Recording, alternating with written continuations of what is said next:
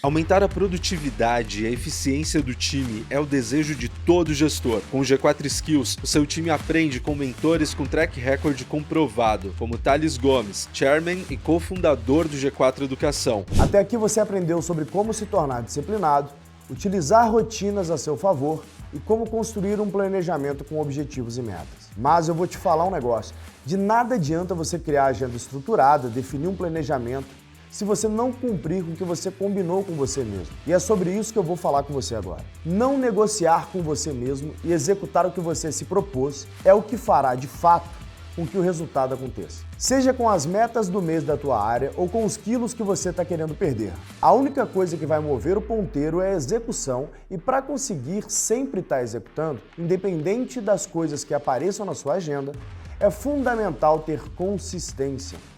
Porque uma coisa eu posso te garantir, vão aparecer imprevistos o tempo todo. E vai ter dia que você vai acordar indisposto. É normal, todo mundo tem dias ruins. Aliás, eu posso te dizer que 70% dos meus dias eu não acordo necessariamente motivado. Fazer o que você se propôs a fazer em um dia que você acorda bem é fácil. Agora, fazer o que precisa ser feito num dia ruim, meu amigo, como se fosse num dia bom, eu posso te garantir, é muito mais difícil. E é isso que, de fato, vai fazer com que você avance na tua vida. Escaneie o QR Code que está aparecendo aqui na tela para testar gratuitamente o G4 Skills. Ou, se preferir, clique no link na descrição deste episódio para desenvolver o seu time e evoluir os seus resultados.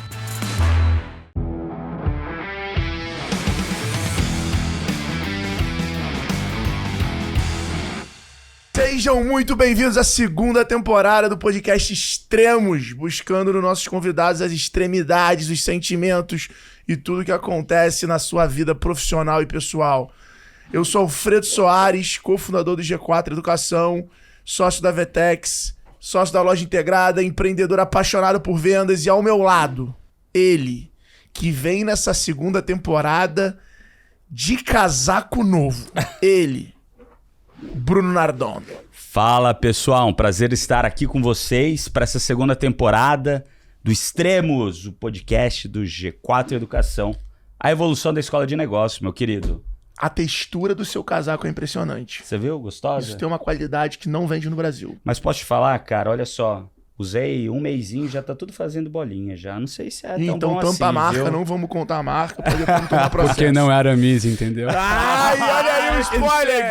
Ele chegou! Levantei a bola, ele cortou. Hoje, nesse episódio, nessa segunda temporada, com um cara que é um puta empreendedor brasileiro, pai, inteligente, o cara que comanda a moda brasileira, um dos maiores grupos hoje de moda do Brasil.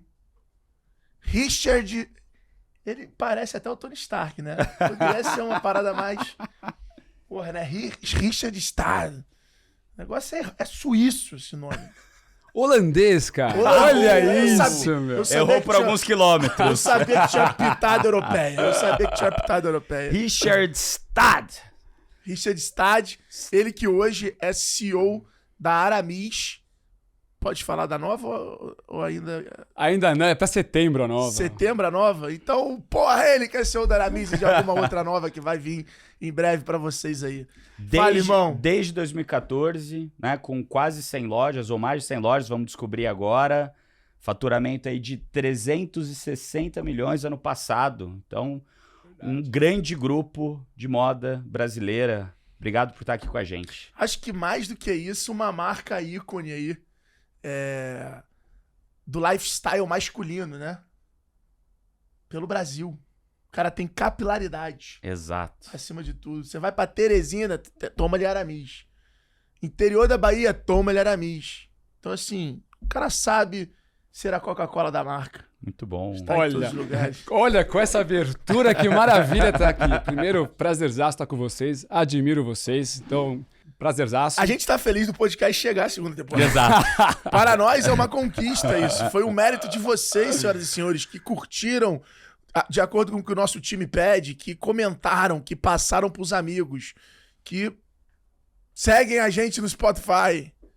Mas se você ainda não fez isso e tá ouvindo também, faça agora pra ajudar, senão o time vai parar e vai cortar a nossa verba de fazer o podcast. É isso aí, dá um like, compartilha e vamos começar. E arrasta. Bora. Vambora. Richard, conta aí pra gente um pouquinho da sua história rapidinho e um pouquinho da Aramis pra gente começar a te fazer várias perguntas difíceis aqui. Pô, pergunta difícil é pergunta boa, tá? Então, uma vez eu fiz um painel e eu cheguei pro quem ia fazer a mediação e falei, você quer me atualizar as perguntas? O que você vai fazer? Aí ele olhou pra mim e falou, Richard, it's killing questions. Você vai descobrir na hora. Falei, pois bem, entendi. Então eu caí num painel com killer questions, preparado para estar aqui com vocês, com as de vocês também. Então, pode vir com tudo. Pô, sou o Rick, 37 anos, casado, pai de 3. Maravilhoso. Vamos falar bastante sobre isso também. Não tá chegando lá também. Eu tô Já. Já vem, tá gostosinho, quentinho aqui. Eu Eu tô também. com 2 por enquanto. Eu tô atrasado. Tá atrasado. Vai ter que catch up, cara, vai ter que catch up. Eu tô na Aramis desde 2007, então já fiz 15 anos de marca. Foi seu pai que fundou, né? Meu pai que fundou a empresa em 95. Eu me formei na faculdade, aí ele me chamou depois para vir trabalhar com ele. Eu tinha 22 anos. Você fez o quê? Eu fiz administração com ênfase em marketing, olha que maravilha. E aí eu falei, cara, super top o desafio de começar, mas eu tenho 22 anos, acabei a faculdade, estagiava na Palma, e falei, me dá um semestre. O que você quer fazer? Eu falei, vou fazer uma volta ao mundo. Aí fiz uma baita rolê, 6 meses viajando, não tinha smartphone na época, era na raça da Lan House mesmo, baita experiência legal. Caí na Aramis com 22 anos, com pouca experiência, uma empresa que já ia bem, tinha suas 11 lojas e umas 300 multimarcas. Caí no estoque, cara. Pô, você não sabe nada, você chegou agora, vai no estoque. Aí fiz 1 mês e meio de estoque, controle de qualidade, aquele processo de trainee. Tinha um gerente nosso que cuidava da multimarca, que na época era 70% do faturamento, e do marketing. Aí eu acabei entrando, tendo mais opiniões, ele se incomodou e falou, putz, Henri, acho que meu tempo deu aqui, eu vou sair. Isso era em outubro. Aí ele falou, ok, faz o showroom em janeiro, a gente faz uma transição tranquila e a gente se prepara para isso. Ele falou, beleza? Pô, beleza. Dia seguinte o cara não apareceu. Aí eu com meus 2 meses e meio de casa, ele falou, parabéns, você foi promovido para gerente de multimarca e marketing. Rodei 11 mil quilômetros pelo interior do Brasil de carro para entender o que era multimarca. Caí no primeiro showroom também de vendas, não tinha a menor ideia como vendia na multimarca, fazia pedido. Aí fui lá fazendo. Aí ele chegou pra mim um dia e falou o seguinte, vai atender um cliente sozinho. Pega o cara de ponta a ponta. Eu falei, tá bom. Teu pai era do comercial. Meu pai sempre foi produto. Teu pai, ele tinha estilo? Estilo? É. O cara é bom pra cacete de moda. É? É. Tem o dom. Cara, tem porra, o dom. tu olhava pro teu pai, porque se eu me vestisse igual meu pai, eu estaria de laranja. Eu talvez estaria de amarelo nesse momento, mas tudo bem. Mas não, ele tem um bom gosto muito bom. Peguei o primeiro cliente em multimarca, dei sorte, porque na vida tem que ter sorte, dobrei o pedido do cara, aí eu cheguei na mesa, tipo, dobrar deve ser bom pra vocês, né? E aí entrei nas áreas, fui trabalhando em todas as áreas da empresa, fui entendendo, multimarca, toquei anos varejo, então eu queria ir pra loja, de manhã escritório, à tarde loja, e fui andando no processo de entrar nas áreas. Aí em 2012 eu cheguei para ele e falei, pô, acho que o mercado está mudando, está transformando, se a gente ficar numa empresa pequena, média, no mercado em transformação, eu acho que vai dar ruim. Estava começando a montar os grupos de moda mais estruturados. Eu falei, tá na hora de a gente fazer um roadshow e trazer um fundo de investimento. Ele falou, como assim, cara? Nessa época vocês tinham quantas lojas? A gente estava com 30 lojas. Vocês faturavam mais ou menos quanto? 110 milhões, mais ou menos. Muito bom. E aí, 1 ano convencendo, trocando ideia para chegar num formato que atendesse as expectativas dele também. Aí ele falou, Rick, se você conseguir esses pontos todos, fine, eu topo. Eu tinha 28 anos. Nesse momento ele já tinha te dado sociedade? Ou você ainda tava ali no tipo, cara, trabalhando na empresa da família, eu sei que é meu, mas é um salário e ia pedir a benção do pai? Era assim, em 2009, tava meu desafio de achar meu espaço, a empresa familiar tem suas complexidades iniciais.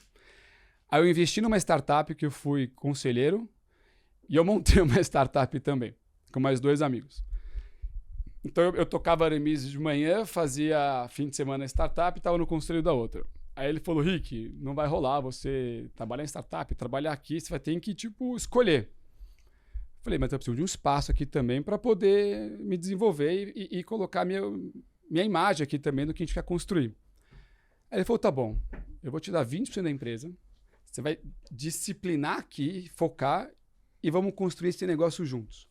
Porque eu cheguei um dia para ele e falei, cara, não vai dar para ter você com 80 anos, eu com 50, você na salinha do lado, eu aqui trabalhando e vai ser isso, não vai ser isso. Eu acredito que eu vim aqui para fazer algo maior. E eu quero ter um espaço com uma coerência com você. Então ele falou, Rick, tudo organizado, fazendo bem feito, ok, vamos descobrir o tamanho que dá para ficar juntos. Então a gente foi já mudando a mentalidade do porquê eu estava lá e o que eu tinha de desafio. E a gente teve uma sucessão muito boa. No final a gente criou uma amizade muito grande. E como ele gostava muito de produto e eu de operação, a gente se completou por muitos anos. Então ele focava no que ele gostava e eu tinha liberdade de entrar nas áreas que eu tinha vontade de explorar. Hoje ele tá no conselho ainda. Sim, hoje ele tá... Quando a gente fez a transação com o fundo, ele foi para o conselho, aí ele fez mais 2 anos de produto, a gente profissionalizou a área de produto inteira e já faz uns 4, 5 anos que ele não está mais em nenhuma cadeira de operação, só na presidência do conselho. Como é que foi para você trabalhar por muitos anos com seu pai, né? A gente tem muitos alunos no G4, Sim, tem muita gente que passa pela gente, conhecidos nossos, que estão passando, ou passaram, ou vão passar por esse desafio que é a transição e a sucessão familiar. Como é que foi para você, se puder explorar um pouquinho mais, como que era a relação com ele, era boa, não era? Como isso foi evoluindo ao longo do tempo? Como ele foi te dando mais responsabilidade? Porque a gente percebe que grande parte do sucesso da sucessão familiar vem de quem criou o negócio ter maturidade suficiente para entender que é responsabilidade dele fazer uma boa sucessão familiar. Verdade. E muitas vezes isso não acontece, porque aquela pessoa, o significado da vida dela é o negócio. E ela não quer desapegar, não porque ela não confie no sucessor, mas porque ela gosta tanto daquilo que ela não quer desapegar. Então conta um pouquinho pra gente como é que foi, o que você vê também, que você deve ter conversado e conversa com muita gente que passa por sucessão familiar, o que você vê que funciona bem, o que não funciona bem. Boa pergunta, acho que tem vários aprendizados aí. Acho que no começo, a gente tem um respeito pelo nosso pai, porque é nosso pai. E a gente tem que ganhar o respeito inverso, tanto dele como do time. Porque quando chega o filho, ainda mais quando chega muito novo, tem vezes que o filho já chega com mais experiência e bagagem. Não foi meu caso, eu cheguei com pouca experiência, pouca bagagem e entrei lá. Então, eu fui entendendo o meu papel no negócio. E Einstein já dizia, né, tempo é relativo. A gente tem uma vontade de uma velocidade que às vezes não é a realidade do que acontece. Então, eu por muitos anos estava nessas reuniões e alguém me perguntava lá no meio da reunião com meu pai, mas aí, seu filho vai te suceder? Ele olhava para a pessoa e para mim falava, eu não sei se ele é competente o suficiente para isso. Na lata. Mas o que era? Era o jeito dele de falar, cara, se um dia você for pegar essa cadeira, você vai ter que merecer ela, senão você é meu filho. Então, eu, desde o começo, ouvi muito essa afirmação em casa. E para mim, de alguma maneira, me formou. Eu não levei para o lado pessoal, eu levei para o lado, ok, eu tenho que me mostrar meu espaço aqui. E eu fiz isso muito também com o meu time lá. Minha primeira área que eu assumi, com meus 22 anos, tinham 5 pessoas na área. Eu cheguei na reunião e falei, cara, eu não tenho a menor ideia do que eu estou fazendo nessa cadeira. Vocês estão aqui há mais tempo do que eu. O que vocês gostariam de fazer? Que vocês nunca tiveram voz para. Se eu concordar, eu ajudo a fazer. Então, eu entendi que quando você entra numa empresa familiar com pouco conhecimento, você tem que chegar com o pé no chão. Você tem que entender que tem algo funcionando, tem um sistema rolando lá. Mas isso é muito liderar hoje, né? Eu acho. Ao invés de dar a direção, você ser recurso e construir a direção exatamente ouvindo muito mais e dando essa autonomia do que direcionando e cobrando e falando para onde tem que ir, assim. Isso não se só descobre muitas coisas boas. não só na empresa familiar. Acho que em Tudo. qualquer Qualquer empresa, empresa. Depois esse tipo na de vida, humildade na vida, é acho o que- que faz a diferença. Depois a gente pode entrar nesse tema específico, que eu tenho uma teoria que eu aprendi, que para cada tamanho de empresa precisa de um CEO diferente. Ou você se transforma para ser essa pessoa, ou você sai da cadeira.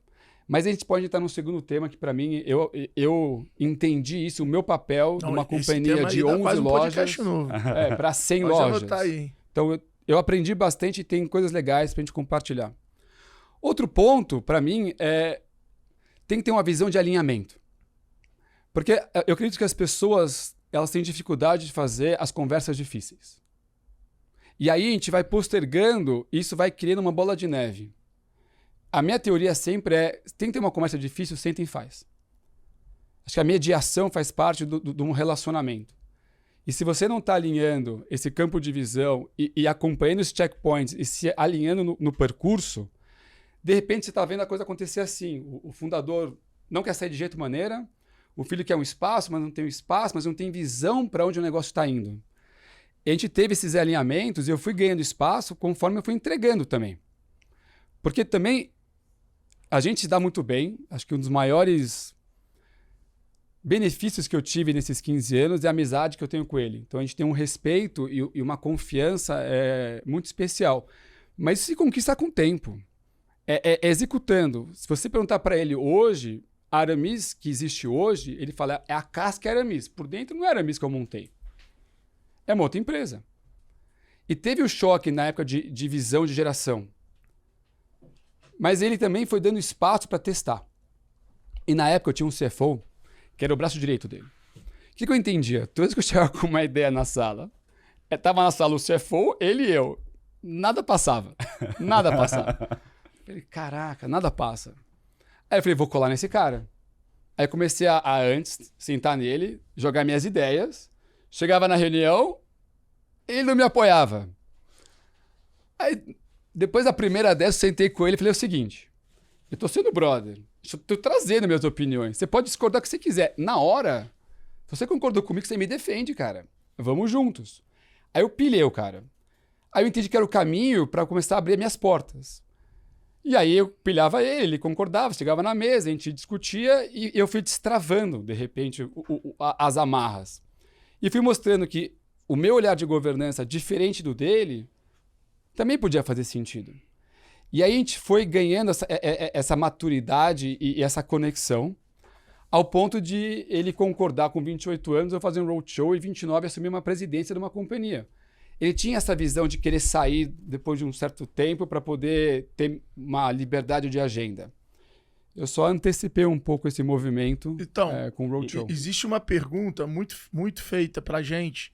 Qual é o momento certo de achar um investidor? Né? E eu acho que investidor não é só um momento. Tem um tipo também, o estilo de investidor. Sim. Nardon tem lá norte, sabe bem como é que isso funciona. Né?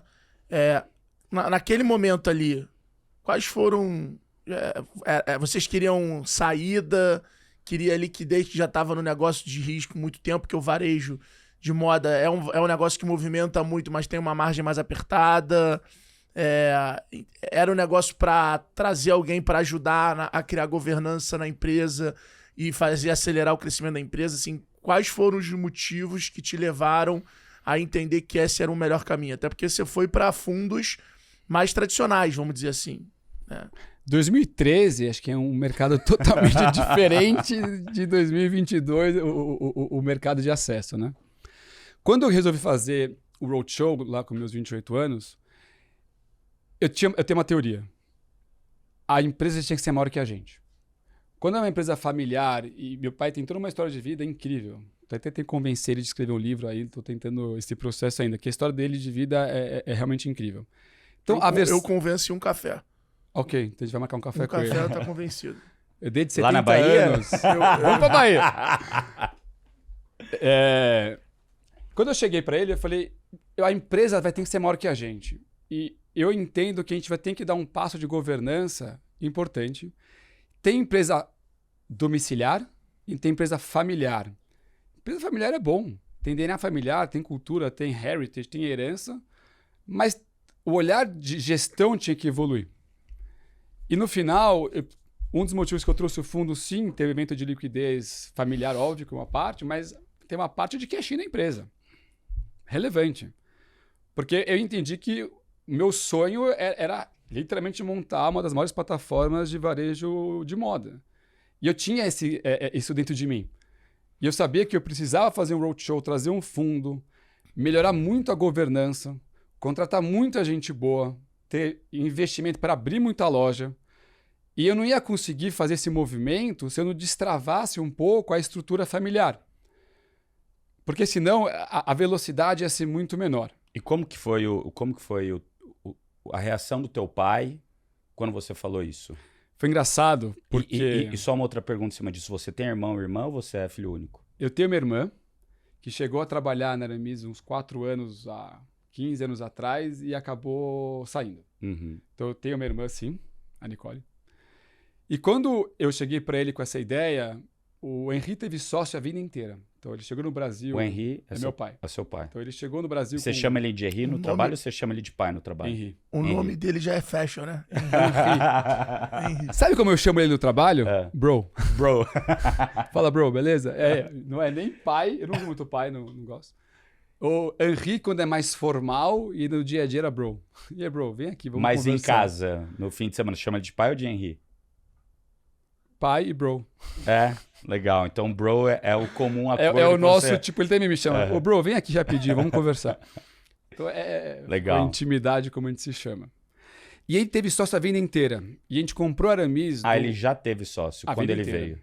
Entendi. Desde quando chegou no Brasil, ele foi trabalhar com uma pessoa, comprou uma sociedade e foi sócio dele Ele por veio 41 quantos anos anos. ele tinha quando ele veio? 22. 22. E ele veio direto da Holanda. Não, minha família é holandesa, mas meu pai é francês. Ah, por isso é Henri. Henri. E Você sabe por fala- que chama Aramis? Parlez-vous français? Oui. Oui? Olha lá. Eu não entendo a porra nenhuma. Sabe por que chama Aramis a marca? É. Porque meu pai é francês, o livro dos Três Mosqueteiros, e o personagem da Aramis foi inspirado no Henri d'Aramis. Aí quando ele foi montar uma marca, ele falou, pô, Henri d'Aramis. É assim que saiu o Sensacional. nome Aramis para a marca. E aí a gente comprou Aramis em 2008, Como assim? porque a gente tinha um sócio. Em todos os negócios, meu pai tinha um sócio. E quando eu entrei na Aramis, aí outro filho dele entrou em outro negócio, a gente resolveu separar um pouco as operações. Então foi a primeira vez que ele era sócio 100% do negócio dele, em 2008. Aí em 2012, depois de 4 anos, eu falei, vamos trazer um fundo para poder escalar a companhia. Ele falou, mas Rick, é a primeira vez que eu sou sócio sozinho do meu negócio e tem você aqui. Para que você quer fazer isso? Aí eu expliquei minhas razões. Foi um ano também conversando para a gente se alinhar no motivo, na estrutura. E ele falou, putz, Rick, se esse é o seu sonho, eu topo fazer com você. Se você achar e conseguir estruturar isso, eu faço com vocês. Então foi um alinhamento de, acho que, compartilhamento de um sonho que eu tinha de poder construir isso. Isso que é a sucessão boa. Você não ficava com medo, não? Tipo assim, pô, beleza, vou ganhar dinheiro, mas vai entrar, porra, ou seja, um risco que eu não tinha de sair, de ser demitido, de ser afastado, etc e tal, passa a se tornar o meu dia a dia. Quando a gente fez o Roadshow, e na reta final, tive uma reunião que eles me chamaram na sala, com meu pai até estava nessa reunião. Falou, Rick, é o seguinte, você tem 28 anos, parece ser um cara bom, né? Mas a gente não tem como ter certeza, a gente está comprando minoritário, então a gente vai ter uma cláusula. Você vai ser avaliado a cada 2 anos. Se você estiver abaixo do orçamento, abaixo dos peers de mercado, a gente pode te demitir. Aí o Henri olhou, falou, sai da sala comigo um minutinho. Aí eu saí da sala com ele. Você entendeu? Cara, hoje você já toca Aramis, você já tá basicamente na cadeira e 2 anos, com 30 anos, você pode estar desempregado. Vai dormir 2 dias. Se você quiser assinar, eu assino por você, mas você tem que me justificar o porquê, pelo menos. Deu 2 dias, eu falei, eu quero assinar. Falou, por quê? Falei, depois de 2 anos, se eu estiver nessa cadeira, porque eu mereço. E se não for eu a melhor pessoa para estar aqui, para alguém melhor que eu. Mas eu estou disposto a me descobrir no caminho e meio que se jogar. O paraquedas tem que abrir, né? Mas é tipo se jogar. E eu queria fazer essa experiência. Óbvio que com 28 anos, eu entendo com meus 37, quanto a gente é ingênuo e a gente é audacioso, né? A gente é bold, a gente se joga. Foi complexo a decisão. Mas para mim, em nenhum momento eu fiquei na dúvida por causa de uma cláusula dessa. Nesses 2 dias, o que se passaram na sua cabeça? Eu vou fazer. Não tem a menor chance de não aproveitar essa Mas oportunidade. você ficou ansioso? Pra quem você ligou pra pegar mentoria, pra pegar opinião? Você ligou pra alguém. Então, Eu não tinha a rede que eu tenho hoje boa. Não, mas pode pra ser poder. amigo, personal. Você já era casado na época ou não? Eu tava noivo. E conversou com ela? Sim, ela participou todo o processo comigo. E ela concordava?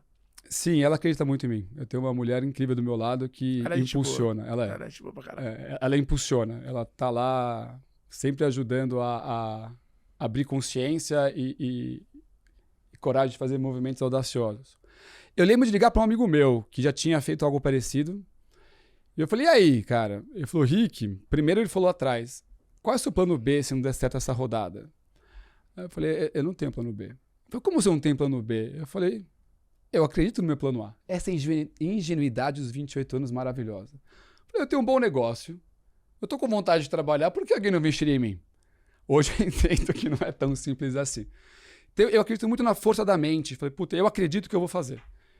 E eu descobri que eu tinha um trabalhão, na verdade, depois que eu assumi a presidência, para realmente organizar e ela ser o que ela é hoje.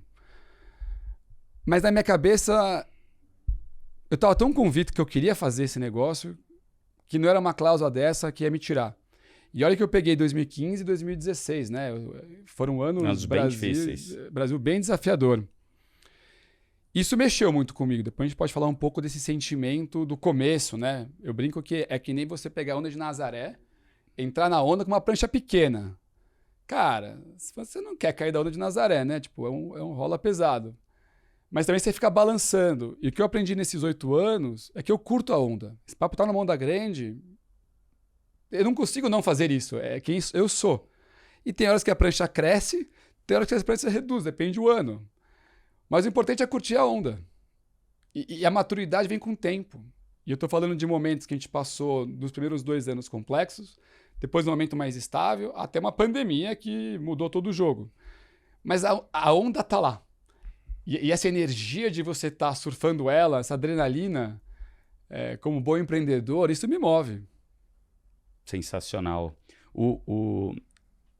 Quando você falou ali que você fez essa transição, você falou com o seu amigo, ele perguntou, você tem um plano B? E você falou, não, pô, eu tenho convicção do plano A. O que estava se passando na sua cabeça naquele momento? Porque, de fato, a empresa era boa, tinha uma gestão boa para a época, dava lucro. Sim. Então, no fim do dia, o seu plano A era, quer dizer, o seu plano B era, se eu não conseguir levantar capital, eu vou continuar fazendo o que eu estou fazendo, talvez não na velocidade que eu gostaria, mas vou continuar fazendo isso. E um ponto que você falou que eu achei super interessante é a importância da inocência de quando você pula para fazer um desafio novo, de você não ter noção, de fato, de todas as condições de contorno, de quanto aquilo é difícil. Porque se você soubesse, provavelmente você não pularia lá dentro, né? E eu vejo que esse olhar, essa vontade, né, que a maioria dos empreendedores tem, de certa forma, super inocente, naif, né? Em francês, de ser inocente, vou me jogar, vamos para cima. É de fato que normalmente move as pessoas, porque se elas soubessem a quantidade de risco, a quantidade de problema que você teria, provavelmente você nem entraria na onda. Vamos explorar um pouquinho mais isso. Você vê que hoje, com a idade que você tem, com o conhecimento que você tem, você tomaria a mesma decisão? Ou hoje, quando você tem oportunidades novas na sua frente, você toma esse mesmo tipo de decisão ainda com esse brilho nos olhos de vamos para cima? Ou hoje você já olha todas as condições de contorno que você tem para uma nova oportunidade e dá um passo com mais certeza? Mesmo porque a empresa está maior, você é casado com 3 filhos, daqui a pouco provavelmente você que vai fazer a transição familiar de novo, sucessão. Conta um pouco para a gente disso. Eu não mudaria nada, até porque eu acho que a vida é feita de escolhas que levam para caminhos. O que eu falo para os nossos filhos, que a gente tem esse alinhamento, é arque com as suas escolhas. Não dá para desejar a pessoa ser feliz. Eu quero que o meu filho seja feliz. Isso é uma decisão dele. O que eu ensino é arque com as suas escolhas. E eu arquei com as minhas escolhas no meu momento de naif, talvez com inocência, e uma pureza e uma vontade de fazer, me jogar, e foi duro. Porque quando eu peguei a cadeira, o que eu tinha de idade, a turma tinha de tempo sentado naquela cadeira. Então eu falei, eu tenho uma necessidade que a minha curva de aprendizado tem que ser tão dinâmica que eu preciso encurtar o tempo. Mas tempo é relativo, tem um pace. Então, eu pedalei muito, eu achei, muitos anos, porque eu tinha que ganhar uma maturidade, uma experiência que eu não tinha, no momento onde as pessoas do meu outro lado já tinham há mais tempo que eu. Mas também foi algo positivo quando a gente olha, porque isso me colocou numa curva de learning curve, de me puxar, que talvez eu não teria feito se não tivesse tomado aquela decisão. E até mesmo você ter uma visão de fora, mesmo estando dentro já há algum tempo, você falou que você entrou em 2007. Então você já estava 7 anos na companhia, Já. então você já conhecia bem do mercado, mas não daquela posição. Mas mesmo com essa sua visão de humildade, falar, poxa, eu não sei todas as respostas, mas deixa eu fazer as perguntas certas para as pessoas certas, seja dentro ou seja fora, com uma visão não enviesada é o que vai me ajudar a aprender mais rápido. E você se colocar nessa posição de, pô, não sei, e não sei o que eu não sei, também te deu uma fortaleza. Vejo eu de fora, né, que provavelmente nós dois passamos por isso no dia a dia, né? Muitas vezes a gente assume cadeiras que a gente não tem a mínima ideia do que está acontecendo, mas a gente tem que se colocar nessa posição de, pô, eu sou a pessoa forte, eu sou a pessoa que vai tomar as decisões difíceis, mas ao mesmo tempo você tem que se cercar de pessoas boas, seja dentro, seja fora, para tomar essas decisões. Como que foi com o fundo? Ou o que mudou do momento que o fundo entrou para os passos depois nessa sua velocidade de aprendizado? Porque antes você estava, né, num contexto, jogando um jogo dentro de um estádio, de repente você pega um helicóptero e tem todo mundo novo, com pessoas novas que podem te ajudar. Como foi o papel do fundo para te ajudar nesse aprendizado mais rápido? O papel do fundo, acho que ele teve alguns pontos importantes. Primeira parte de RI, preparação de orçamentos, relatórios, acompanhamentos mensais. Não tinha esse nível de governança. Tanto é que o primeiro reunião de conselho que eu montei lá, se você pegar esse PowerPoint hoje e olhar, é tipo surreal, tipo, a evolução que teve. Então, primeiro ponto foi esse. Durante os primeiros 2 anos que o fundo entrou, eu tinha reunião sexta-feira com eles. Então, eu também fui aprendendo, porque eles já tinham uma bagagem, uma experiência de ter trabalhado em investidas, feito modelagem de lojas, como abre, como a gente faz a curva, estruturação de áreas. Então, o começo foi muito legal, porque eu tinha esse aprendizado. Eu tenho um mentor, que já fez alguns anos comigo, e ele fala que eu sou antissistema.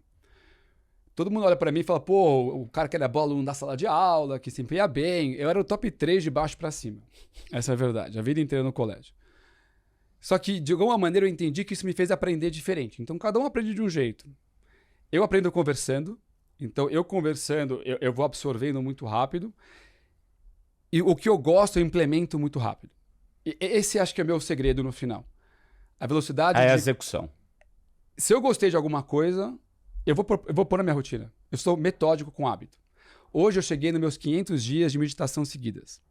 Hoje, 500. Sensacional. Todo dia, 20 minutos, todo dia, sem exceção. Por quê? Porque eu li um livro que eu achei interessante, que eu acho que minha cabeça é um pouco inquieta e acelerada, precisava testar uma coisa nova.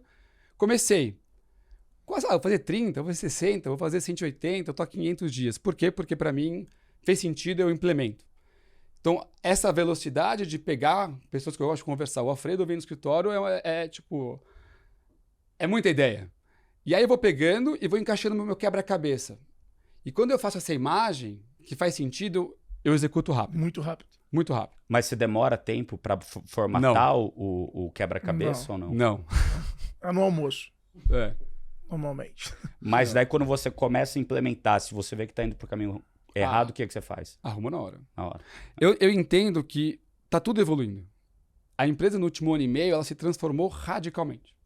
E eu não tinha todas nem perguntas certas uma hora, né? Quando a pandemia veio, a gente vai entrar nesse tema depois, foi bem mais complexo. Mas você vai estruturando e vai pegando as informações, vai montando um quebra-cabeça, que eu brinquei com o pessoal, né? Eu pus fogo no parquinho em todas as áreas. Todas as áreas. Uma hora eu olhei e falei, cara, acho que eu exagerei, tem fogo alto pra cacete. Mas eu fui disciplinando e fui ajustando. Aí quando eu achei o prumo, falei, pô, é isso que eu quero?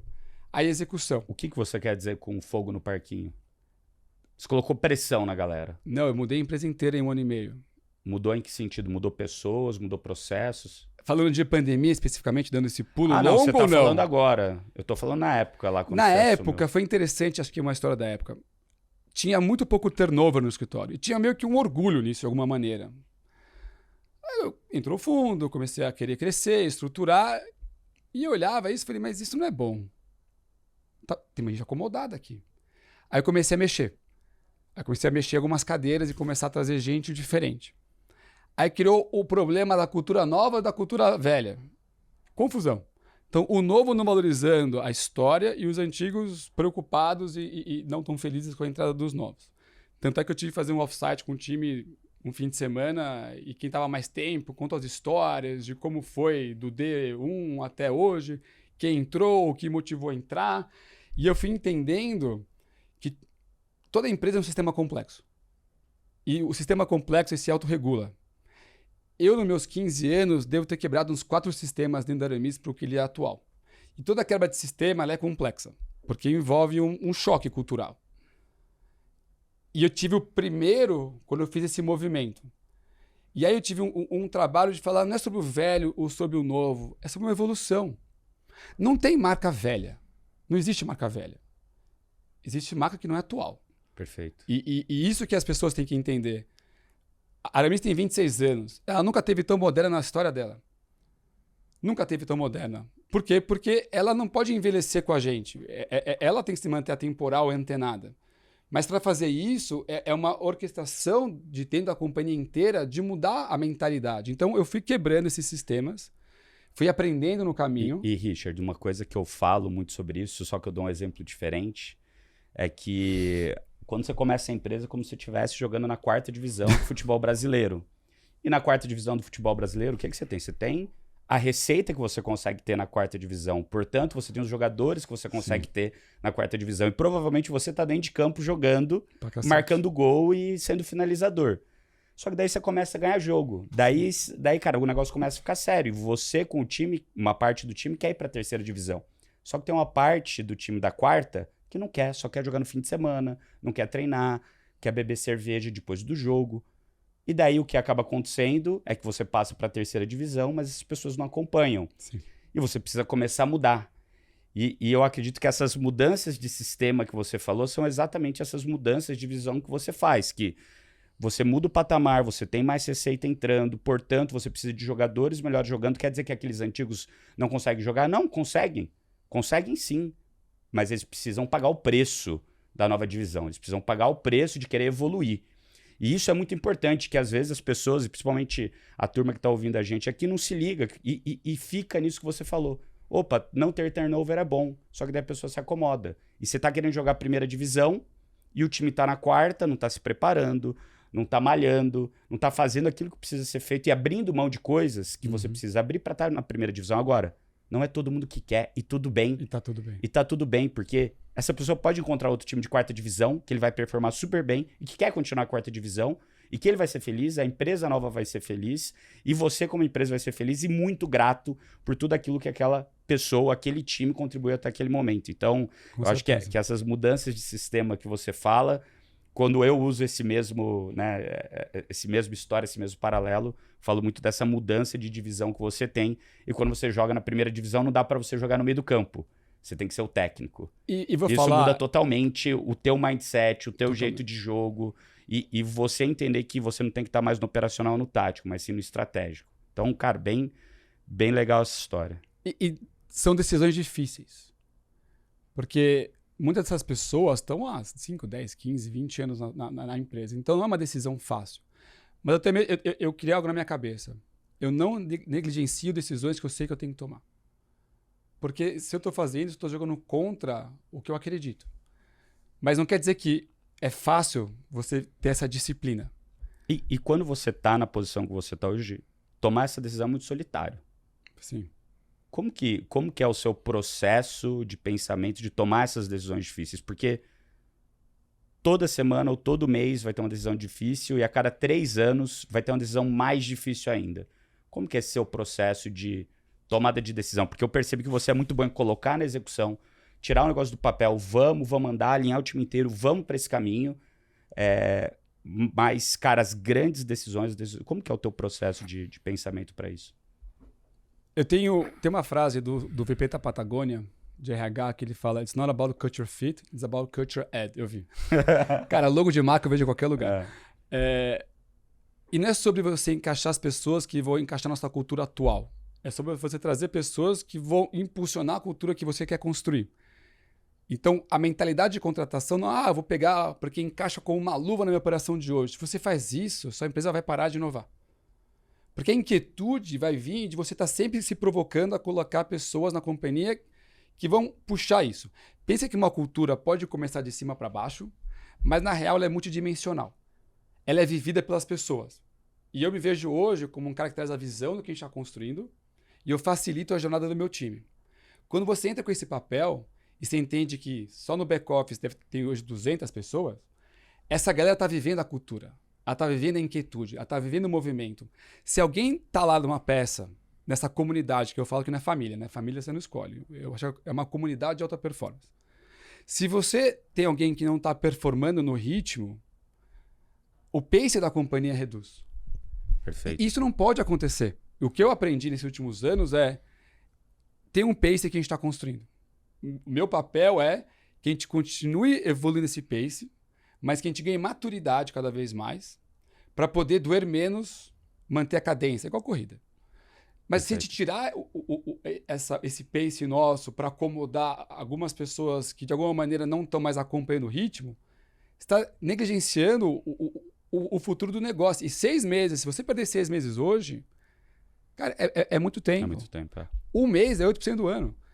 Se você vai negligenciando e não vai estruturando isso, você está deixando a potência na mesa.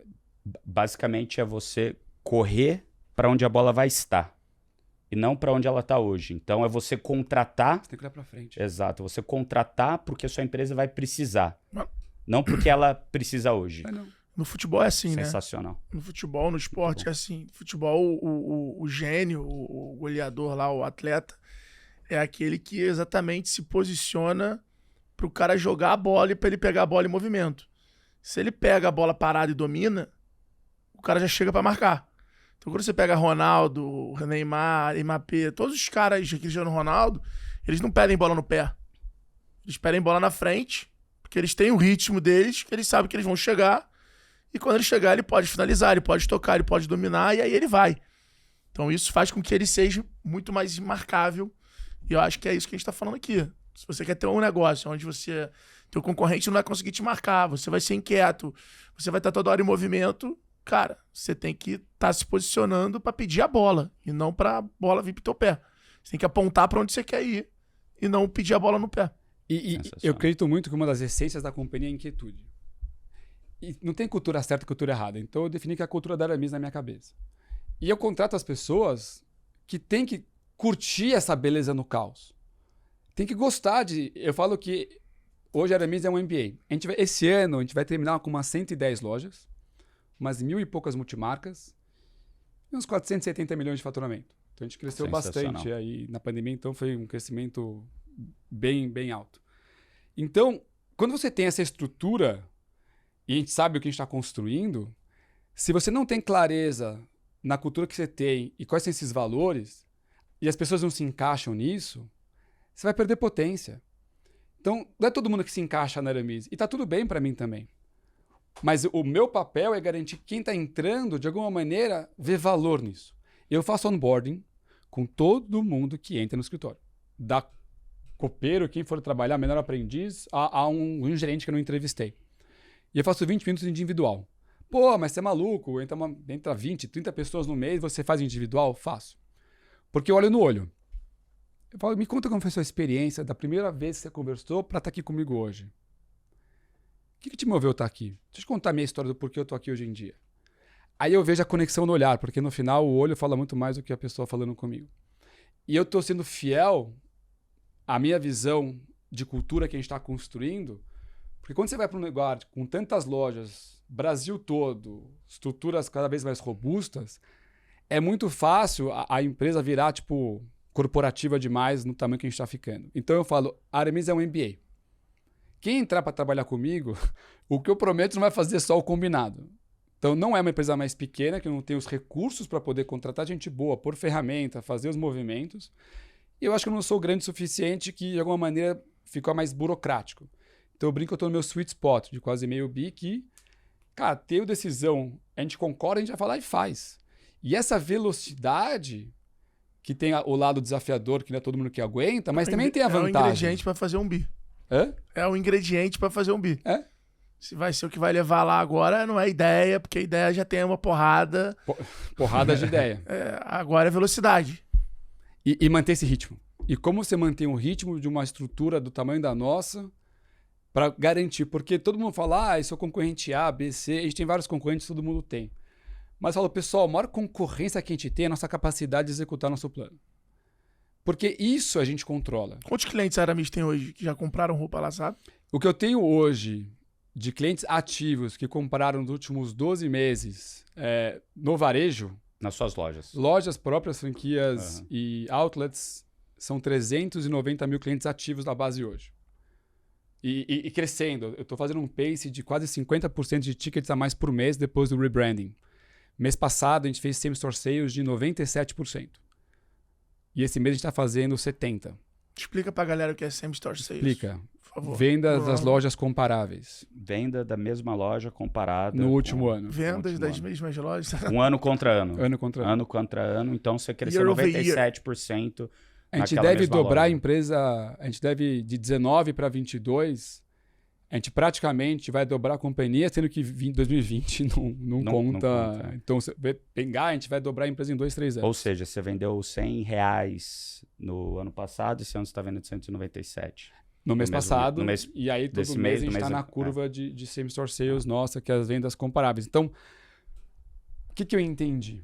Mas você acha que hoje, aí, entrando nesse tema que eu acho legal, assim, você acha que hoje, esse brand da Aramis, a plataforma que a Aramis está criando, é para cada vez reter e fazer esses 390 mil pessoas comprarem Aramis, ou ela tá naquele momento de adquirir novos clientes Aramis?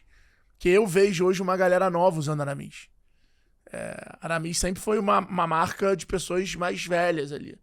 E hoje, cada vez mais, você tem embaixadores e pessoas mais jovens vendo a marca como, tipo, porra, animal usar. Como um protocolo, um stamp ali, sabe? Como é que tá essa visão, assim, de tipo, cara, vamos cuidar dos nossos 390 mil, dessa comunidade de clientes, ou, cara, a gente tem que botar mais 300 mil pessoas pra conhecer e comprar Aramis? Os dois. Dados. A gente tinha orçado terminar o ano em 380 mil clientes no final do ano. A gente bateu 390 mês passado. Quer dizer, a gente deve para quase 500 mil clientes. A gente tinha desenhado no orçamento da companhia muito menos. O que eu aprendi? A gente tem 7 bilhões de pessoas no mundo. Então a gente tem 7 bilhões de mundos, cada um no seu mundinho. A marca já estava evoluindo. Produto, comunicação, mas o consumidor não percebia. Por quê? Porque para ele perceber uma mudança no seu mundo, cara, você tem que transformar o seu mundo. Então, quando a gente mexeu em posicionamento, em sortimento, em logo, layout de loja, comunicação, digital, CRM com mídia e performance integrando numa célula só, reformando loja, quando a gente ajustou isso, quando a gente vê esse crescimento que a gente está tendo, é a junção. Então tá vindo muito cliente novo. Quem mais compra na marca é 30 a 40. Mas a base que mais cresce é 20 e 30 de consumo na marca. E eu não trabalho por idade, eu trabalho por atitude. Mas se o cara se identificou com o produto, welcome. E aí veio a estratégia que a gente está desenvolvendo até na plataforma juntos, de conteúdo. Eu preciso fazer com que esse cara entenda que essa visão ser o destino número 1 de lifestyle do homem envolve Aramis, envolve uma marca nova, envolve o lançamento do nosso marketplace com curadoria de marcas legais e plataforma de conteúdo para engajar ele. Então, o que a gente tem visto?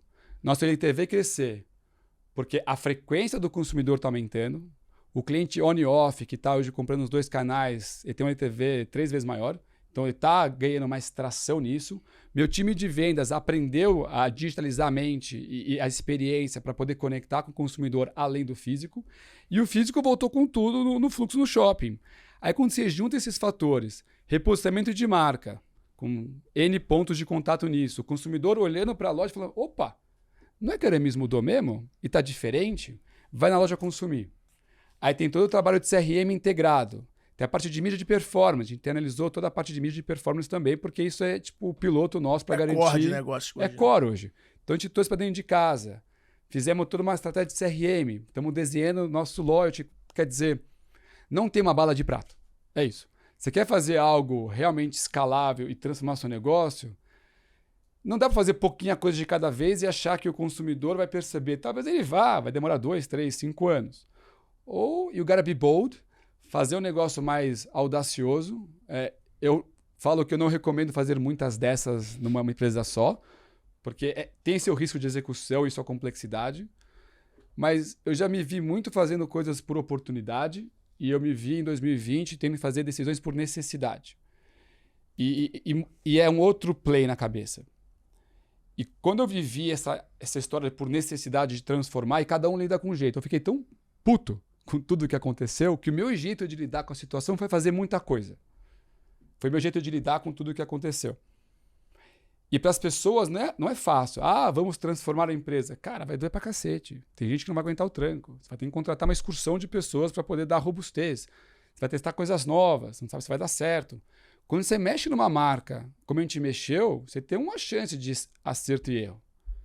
Tanto é que o Henry chegou para mim um dia, depois que passou tudo. O bro chegou para mim e falou: agora que passou tudo, eu vou te falar. Para mim, você foi no meio a meio. Você foi all in.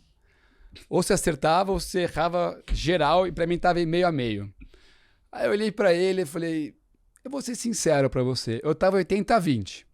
Eu tinha 80% de certeza que eu sei que eu estava fazendo e ia dar certo, eu tinha 20% de certeza que podia dar errado alguma coisa. Mas é o que a gente falou, põe uma visão, faz a estrutura, vai para a execução e ajusta. Nunca vai sair perfeito o seu plano. E se sair perfeito, talvez se demorou demais ou tem uma coisa estranha. A gente foi testando e a mentalidade da companhia foi mudando. Todo mundo fala de transformação digital. Cara, tem que ter uma transformação cultural. As pessoas têm que entender isso. Você tem que trazer pessoas que vão questionar o status quo da sua empresa o dia inteiro. E como você cria um ambiente onde questionar é bom? Essa mudança foi do dia para a noite ou foi algo que foi acontecendo ao longo dos últimos 4 anos? Ou desde 2014? Não, eu comecei em 18 a mexer e falar, putz, eu brinco, se eu vendesse metade dos ternos que as pessoas acham que eu vendo, ia ser maravilhoso, porque eu não vendo mais. Mas eu tinha o recall de marca. Qualidade, caimento, alfaiataria. Aí eu, em 2018, tirei os ternos da vitrine. Uau, você vai tirar os ternos da vitrine, meu Deus. Falei, vamos tirar o terno da vitrine, o cliente já sabe que era MS interno, vamos testar. Então a gente foi fazendo devagarzinho, e é uma coisa interessante. De 14 a 19, a gente teve um CAGR de 14% ao ano. CAGR é crescimento ano a ano. É isso, 14% ao ano. É bom, é bom, é bom. Mas é ruim também, porque te priva de fazer movimentos mais audaciosos pela consistência do crescimento. Então teve uma pandemia, eu brinco, né? Se eu pudesse não ter passado por isso, eu preferia não ter passado. Mas é o que aconteceu. Ver a empresa cair 93% no mês, 85% no outro, 75% no outro, sem nenhuma clareza do que ia ser o futuro desse negócio, também provocou dentro de mim de olhar para a Aramis e falei, eu sei o que eu quero fazer aqui. Agora eu preciso executar uma visão nova. E tinha que mexer na empresa inteira, mas você vai ter coragem de fazer algo tão radical, um negócio que cresce 14% ao ano? Menos. Mas quando o negócio é downhill, é a tua oportunidade de olhar para o seu negócio e falar, eu vou transformar esse negócio inteiro.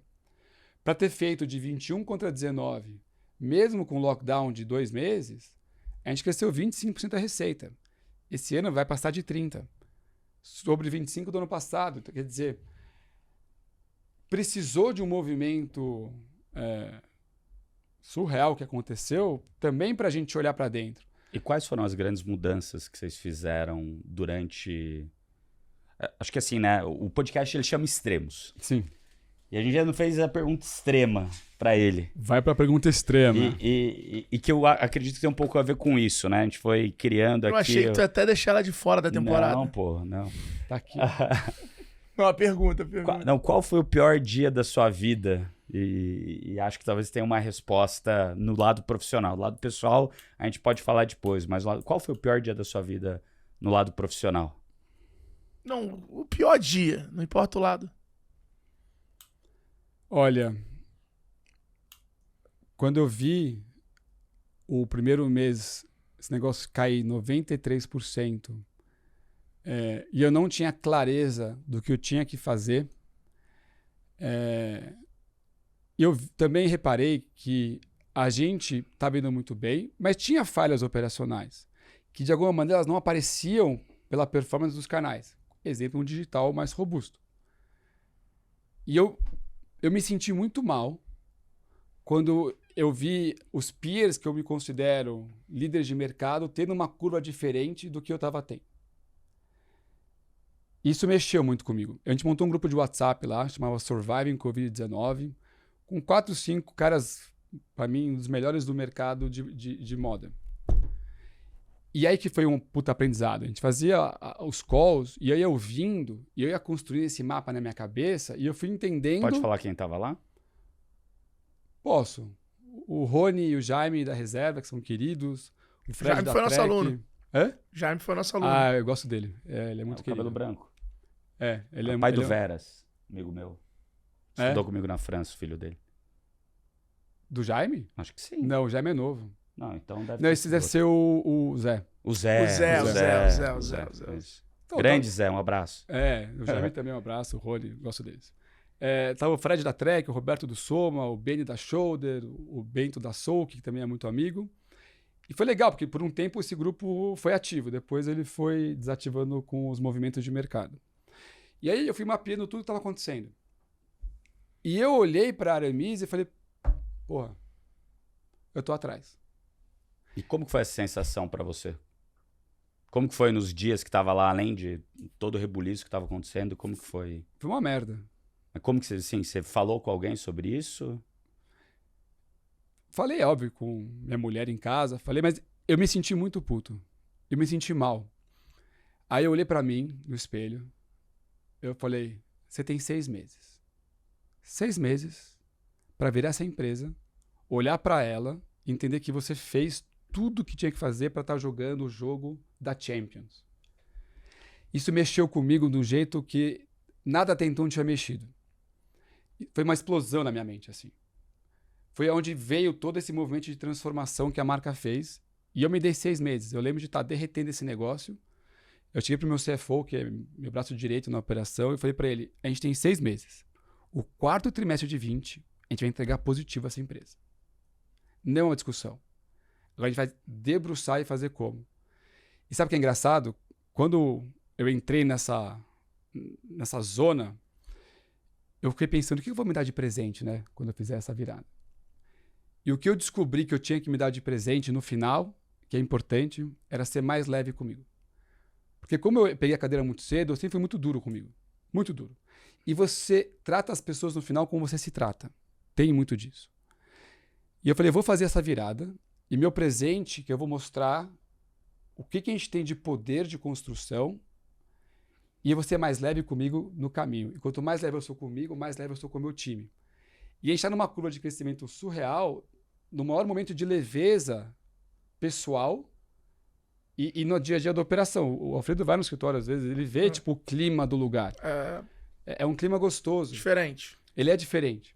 Então, para mim, quando eu me vi atrás e vendo a gente derretendo e me sentindo culpado de alguma maneira, que eu podia ter feito mais antes, de alguma maneira, sempre pode fazer mais.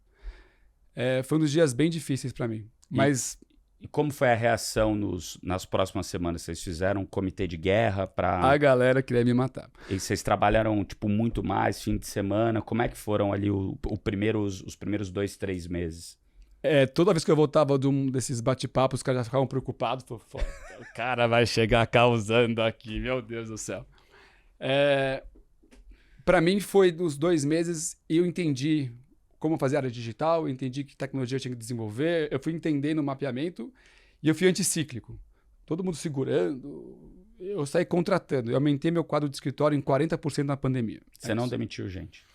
Eu ajustei quase nada, assim, um pouco em loja, mas muito pouco. E depois de 1 ano, assim, que tive que ajustar. Mas quando eu vi a história do começo, eu fiz uma live para todo mundo e falei, pessoal, eu vou cuidar de 2 coisas, do caixa e da cultura.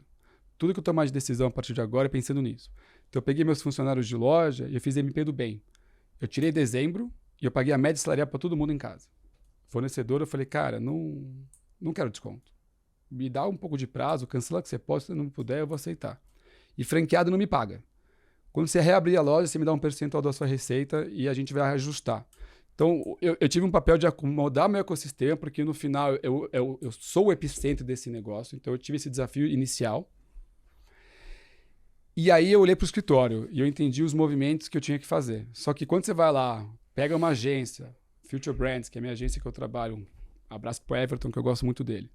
Você mexe em logo, mexe em posicionamento, mexe em sortimento, mexe em categoria, mexe em inovação de produto, transforma um digital que não existia, muda a mentalidade de vendedor, demite gente que estava mais tempo na casa, mas você precisa trazer gente nova que tivesse a visão para fazer o ad do que a gente estava construindo. Esses primeiros 2, 3 meses foram muito complexos, porque certos movimentos de áreas, eu falei com muita gente, ninguém falou, todo mundo faz assim.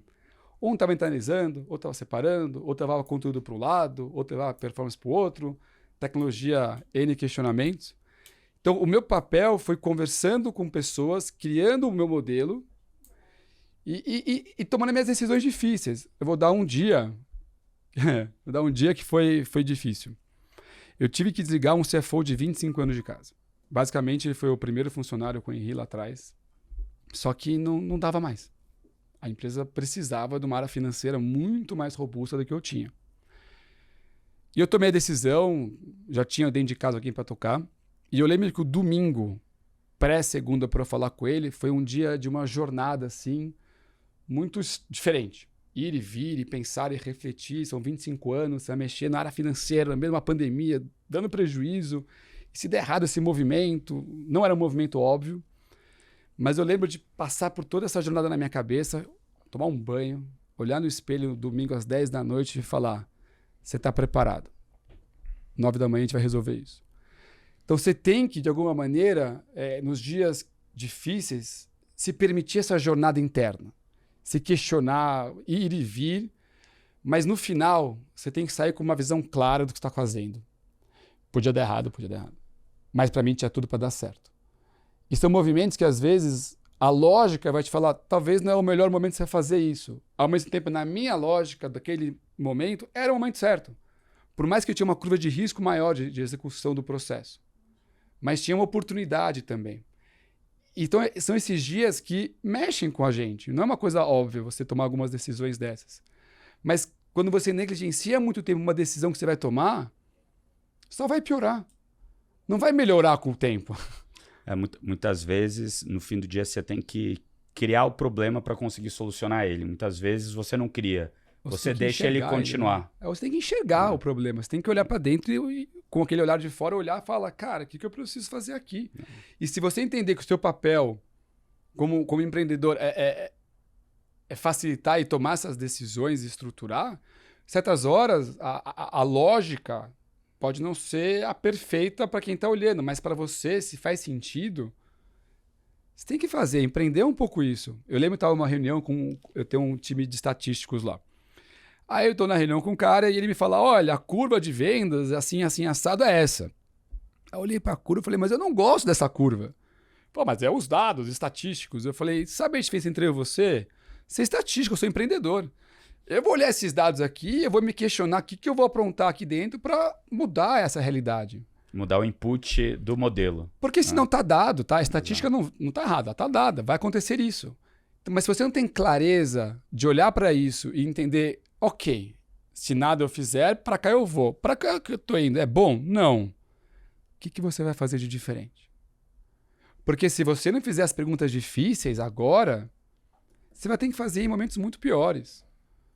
E empreender é tomar decisão difícil o dia inteiro. E às vezes não é a coisa mais óbvia para o curto prazo. Às vezes você sabe que você vai pagar um pedágio no caminho, mas você está impulsionando algo para a próxima etapa da companhia. Mas como você faz isso? Mantendo a cultura, mantendo o senso de comunidade, mantendo as pessoas conectadas, sendo transparente na informação de como você está desenhando na sua cabeça, compartilhando isso.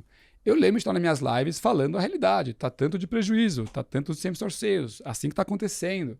Eu não precisava trazer essa transparência, eu não sou listado. Mas eu quis trazer as pessoas para dentro, porque eu acredito muito quando você traz consciência para a situação, com um bom senso e um senso crítico, você toma boas decisões. Mas se você não traz com clareza para a consciência que está acontecendo, a probabilidade de você tomar decisões erradas é grande. Queria aproveitar que a gente está falando de digitalização para entender de você. A gente vive hoje a era das DNVBs, Sim. né? Das Digital Native Vertical Brands, que são as marcas nativas digitais que estão muito mais construindo audiência e fazendo o que a audiência quer do que construindo produto para encontrar audiência. Como é que você vê o futuro do varejo nessa nova ordem mundial do digital, do comportamento mudando em ciclos curtos, dos influenciadores criando suas próprias marcas? Como é que você vê isso aí? O que você espera? O que a galera que está assistindo a gente poderia ter de visão do Richard? E o que você, obviamente, está traduzindo isso para mim? Primeiro, todo mundo falou que a pandemia mudou hábitos, mudou tudo. O ser humano não muda tão rápido. A real é que a pandemia acelerou o movimento que ia acontecer e a gente ganhou uns aninhos e as empresas tiveram que realmente pedalar para poder catch up tudo o que aconteceu. Então, para mim, a gente está vendo o que está acontecendo nos shoppings, também tem viajado, fui em loja, tinha fila em algumas marcas internacionais, fila para entrar dentro da loja física da loja. Então, tá mostrando que o consumidor, de alguma maneira, ele se conectou mais com o digital, mas ele continua buscando uma experiência física. O que tem mudado na minha cabeça é a expectativa que ele vai ter. Tanto da marca no digital, como quando ele for na loja, o que ele vai ter de valor lá dentro para fazer sentido ele ir até a loja. Mas que, para mim, tá claro que os canais se juntaram e se fundiram. E o desafio da marca é criar essa experiência, essa jornada com o cliente no centro e entregar os pontos de contato dele bem feitos. Então, eu enxergo muito isso. Quando a gente vê as DNVBs, eu acho muito bom, porque o mercado de moda precisa se oxigenar muito. Então, a gente vê, quando vem elas com intensidade, com uma mentalidade de dados e essa agilidade, provoca as empresas mais tradicionais a se questionar. Eu busco sempre estar na frente dessa inquietude de como fazer esse negócio, mas tem boas provocações. No final, moda tem um desafio de sourcing muito grande, porque não é um serviço, no final é roupa, é um produto. Então, o que eu tenho percebido? A gente tem conversado, né? Quem tem por trás uma estrutura de plataforma de marca e de sourcing, de logística, de comunicação, consegue ter a habilidade de plugar, provavelmente, pessoas físicas que estão construindo sua própria marca e vão usar de estruturas de empresas robustas para gerar essa potência. Porque você montar uma marca do zero e achar que você vai conseguir fazer o sourcing, fazer todo esse trabalho, ainda mais no mundo que a gente está vivendo hoje, com tudo que está acontecendo na China, falta de matéria-prima, não é uma coisa óbvia. Então, o que eu tenho percebido é quem tem uma boa plataforma de marca que se identifica com a pessoa que está com essa persona sendo construída, acho que dá para criar um novo mundo. Quando eu estava agora em Firenze, eu fui na feira de moda italiana lá. E foi muito interessante, tipo, a collab da Adidas com a Gucci. Tipo, O North Face com a Gucci. Mas foi incrível, mas a Adidas, o sapato, tem tá a mistura dos dois logos. Quando há 5 anos atrás, a gente imaginaria que ia ter uma vitrine em Firenze de Adidas e Gucci, assim, fundido de uma maneira tão incrível. Então a gente também está vendo as marcas se reinventarem, se permitirem fazer coisas novas. Eu acho que o momento no mundo do varejo hoje é de uma licença poética. Muito. Acho que a licença poética tá dada, a carta tá branca, então assim, cara, o que você fizer tá justificado. Eu vejo muito isso acontecer. Acho até que a reserva puxa muito isso, né? A reserva, ela não tem medo de ser cancelada. Então ela é agressiva nisso. Vocês, porra, por mais que tivesse crescendo consistentemente, estão mudando vitrine, estão mudando linha de produto, trouxeram, porra, o Cauã. Queria que você falasse sobre essa audaciosa coleção junto com o Con Raymond e a parceria dele junto com a marca. E aí já saiu na frente lançando, porra, uma NFT que bombou, esgotou em menos de horas. Queria que você falasse um pouco também desse momento agora. Então, quando a gente passou esse último ano e meio, acho que uma das coisas que me trouxe também é a visão de abrir a mente. Por que eu tenho que ter uma marca de moda? Quem falou que porque eu, por muitos anos, tinha uma empresa de moda, eu vou ficar nesse negócio? Até no rebranding, a gente tirou a palavra menswear do Charamis. E aí a gente foi lá, fez coleção de óculos. A gente licenciou calçados. A gente montou o primeiro marketplace de lifestyle masculino, curadoria de marcas. Agora a plataforma de conteúdo para poder engajar e trazer conteúdo legal para a nossa audiência. Então são todos os movimentos... Fica até a dica aí, galera. Aramis Way. Acessem lá. Tem conteúdo, tem coluna minha. É verdade. Coluninha do Alfredo Abbas. Tem coluna, tem os insiders, tem área de community. Então quem viaja pode recomendar restaurantes, onde foi, para as pessoas também poderem se engajar. Então a mentalidade do que a gente estava construindo, meio que ela abriu. A gente vai lançar uma marca nova agora em setembro, uma coisa que ninguém fez até então. Então, se eu vou lançar uma marca nova, tem que ser uma coisa bold, que não tem ninguém igual fazendo. Então, teve todo um trabalho para desenvolver esse negócio. História do Cauã. A gente estava desenhando para lançar o marketplace nosso esse ano em 2022. O Luciano, que é um amigão meu, ele pegou e virou agente do Cauã. Aí ele me liga e fala, Rick, acabei de assumir aqui a tua agência no Cauã, vamos conversar? Falei, putz, Lu, vamos. Não tenho nada orçado para fazer algo com essa magnitude, mas vamos sentar e conversar. E essa é uma das belezas que eu brinco do tamanho que a gente tá. Se faz sentido, eu vou lá e faço. Essa é a vantagem. Aí a gente começou a conversar e eu tinha visto muito a Anitta Nubank. Aí eu falei, Lu, uma campanha eu não vejo muito sentido. Mas se ele quiser sentar para trocar uma ideia, ver se a gente se conecta, de visão do que a gente está construindo, ele participar ativamente mais da companhia de uma maneira que faça sentido, a gente colocou como Trend Hunter, a gente não quer colocar um cargo executivo, porque a gente sabe que isso também cria outros desafios. Então era um cargo mais institucional. Tanto é que ele brinca, né? Ele falou, a primeira vez que eu fui entrevistado para fazer algo com uma marca foi com você. Porque normalmente só eu sento para conversar quando me contratam, né? E você quis sentar comigo antes de me contratar. Eu falei, sim. Não estava no meu orçamento fazer um negócio desse, mas eu estou disposto a fazer se a gente se conectar nesse negócio. E aí comecei a falar, eu quero teu olhar. Vamos fazer uma collab juntos. Vem fazer curadoria de marcas com a gente. Vem se envolver. E primeiro, o Cauã é muito legal. Eu criei uma amizade super legal. A gente se encontra bastante para conversar. E ele viu que tudo que eu estava vendendo, eu estava entregando. Então era uma verdade. Não queria que ele simplesmente colocasse lá o rosto dele. Tanto é que a gente lançou a primeira collab, que o cara desenhou a collab dentro dele.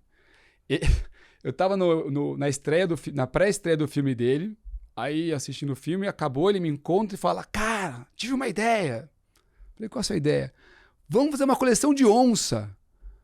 Falei, de onça? Tô com uma ideia de uma jaqueta também, assim, assado. Eu pensei nessa onça, porque eu acho que isso vai ser muito legal pra gente falar em moda masculina. E tá lá, a collab dele desenhada, a 4 mãos com o nosso time, a gente lançou junto. Ele gravou um conteúdo explicando a ideia que ele teve do produto, como foi desenvolver com a gente o negócio.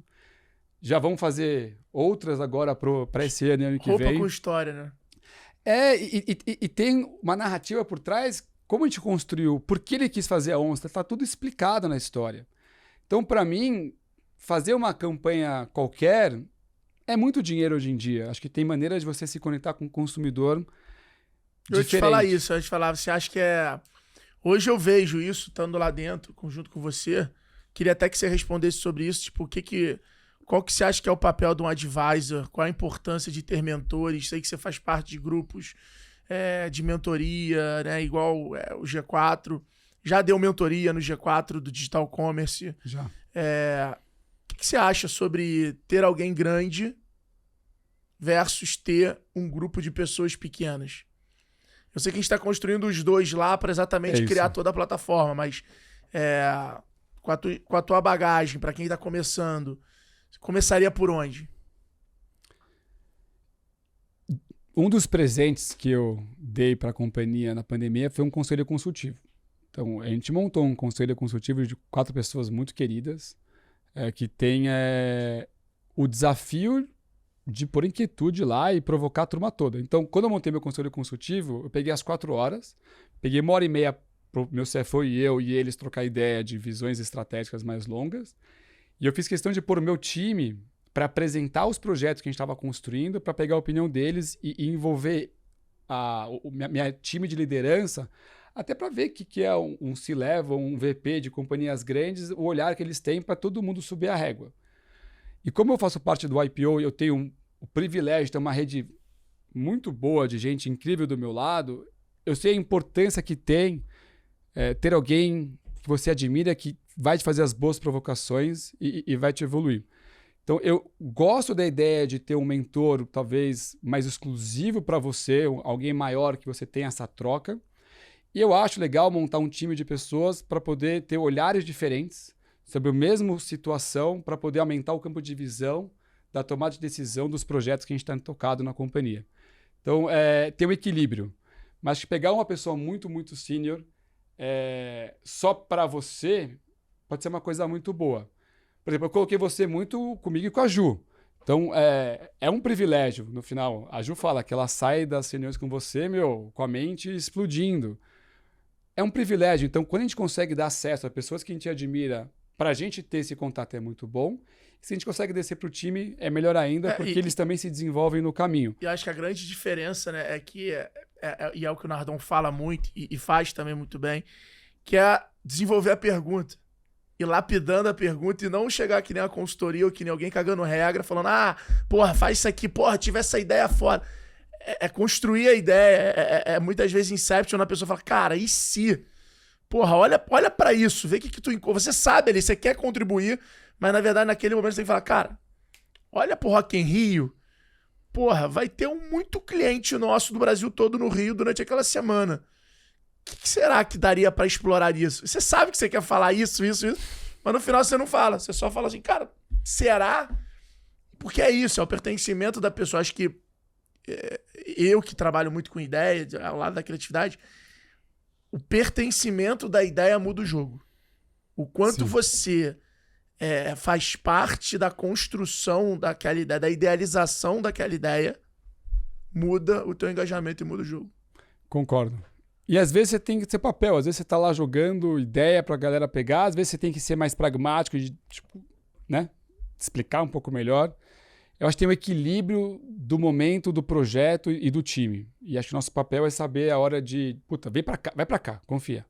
E a hora de falar o que vocês querem fazer e deixar a turma testar. Eu acho que dependendo o momento do projeto e a decisão, você consegue entender o seu movimento e o seu papel nessa mentoria e direcionamento.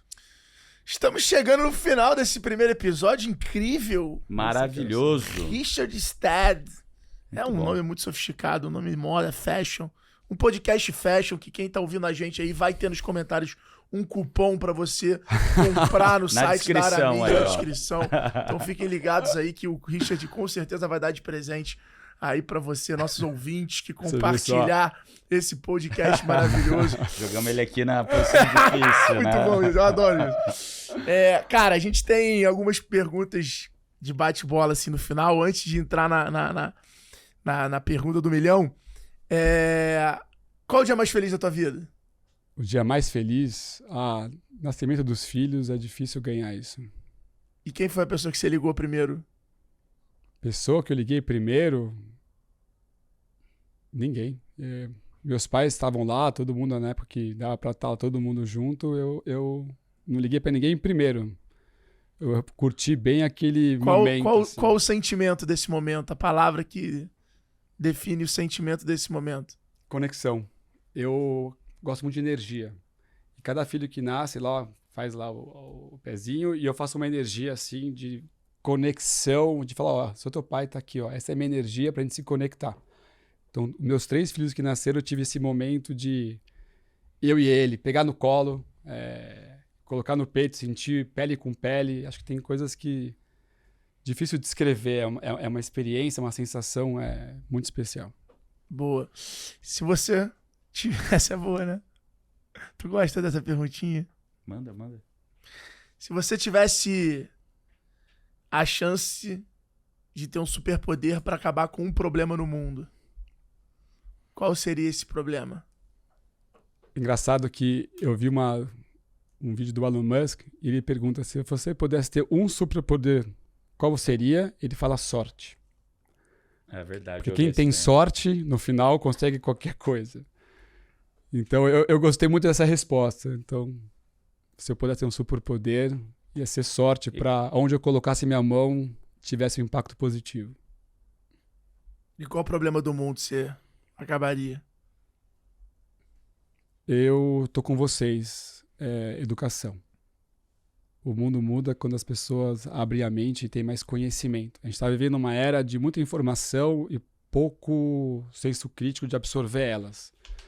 E a gente está precisando dar esse superpoder para as pessoas, porque é a única maneira que a gente tem de realmente mudar uma sociedade. Muito bom. Tô com vocês aí no Muito G4. bom. Senhoras e senhores, estamos hoje aqui agradecendo a presença do nosso convidado, mais do que especial, Richard Stead, CEO da Aramis. Richard, obrigado. Em nome do G4. Mandou teu francês. Esse é o oferecimento da Aliança Francesa aí. Então, compartilha esse vídeo, dá um like, comenta aqui o que você gostou, os trechos que você gostou, e manda para aquele amigo teu que você acha que um trechinho desse podcast vai fazer muito sentido. Eu vou mandar pro Thales. Boa, eu gosto. Nardon, vamos quebrar nessa segunda temporada. Eu quero ver você encerrando. Eu já encerrei, acabei de fazer. Não, tá bonitinho. Tem que mandar seguir. Tem que mandar seguir. Não. Tem que fazer bonitinho. Pessoal, meu Calma aí, Não, deixa eu filmar. É tão bonitinho. Acabei de fazer já. Não, faz direitinho. É muito tem que chato, falar né? pra seguir. Richard. Você tem que falar pra Vamos seguir. deixar o convidado. Primeiro podcast que o convidado que iniciar. Já foi, cara. Valeu, galera. Um abraço. Galera, curta aí o vídeo, deixe seu like, deixe seu comentário. Não esquece de compartilhar nas redes sociais e marcar a gente lá. @Alfredo Soares. @Bruno Nardon. Richard Stead. E siga a Aramis lá no Instagram. Tamo junto, bora vender. A gente se vê no próximo episódio. Valeu!